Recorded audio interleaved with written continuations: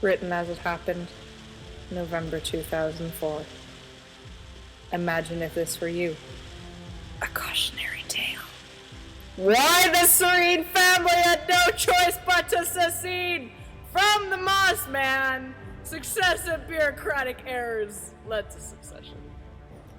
The following is an ongoing saga of an ordinary Sydney family seeking proper access to their home. 1993 was a very good year. You own a house and you share it with a wife and child. You think it is time to provide safe, easy car access for your young family. Now our frontage provides all the things we need, like electricity, water, the sewer, and the telephone, but we can't drive on it. You see, our bit of road is unbuilt, and we would need to join up with the built section further along. So our drive had to be quite a lot longer than of most people, whose entry just joins to the pavement. We do have a right-of-way over a neighboring property, but it is far too steep to get onto our land.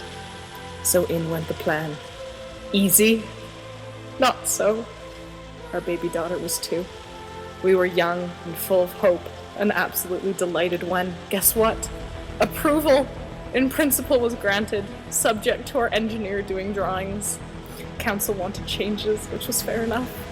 The plan was resubmitted and advertised with required amendments in 1995.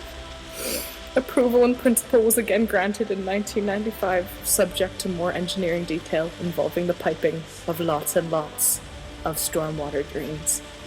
Then we got a letter asking us to delay work while council did roadwork and drainage on the unbuilt road.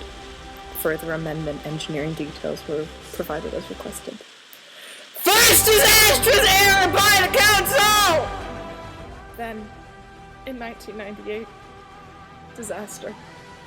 Our bit of unbuilt road was rezoned without any notification to us, but not as a road, as bushland. And guess what you can't do on bushland? Drive a car on it. Now we love bushland, and we are members of the Wire Green Bush Care group, and we have not missed a meeting. But it seems that since you can't drive your car over bushland, we and the Mossman Council needed fixing. This was found to be a gross error that needed to be corrected by provision made in Amendment LEP 1998 number 8 by the state government itself, allowed to road access to our property. Imagine our little driveway going all the way to the minister. We were getting a bit impatient, but then we were impressed. Our daughter is now at school.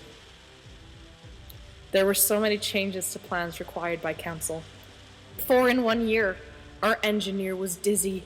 It was discovered that the drainage culvert we had to cross to get our land was really a creek, so no piping was necessary, which was good, but lots more plan changes. Then it was discovered that we needed another absolutely new plan for associated work on our own land. We were still young, but were less enthused. Our daughter was growing up and doing ballet. We battled on. We went into the final plan with all the amendment council required.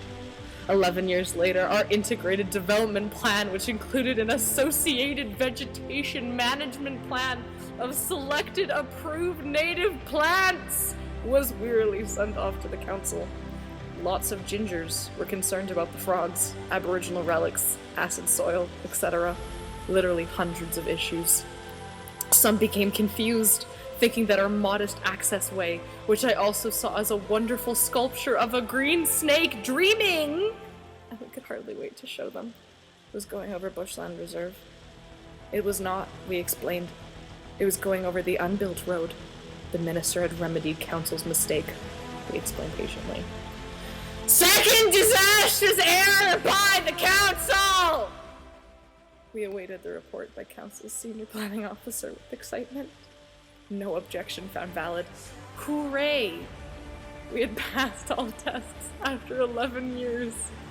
But what was this? He advised refusal! Because council had blown it again.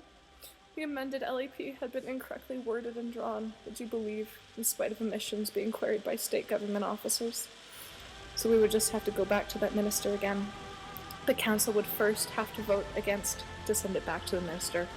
It seemed to me that it would be fair, right, and the natural thing to do. November 2004! Armageddon.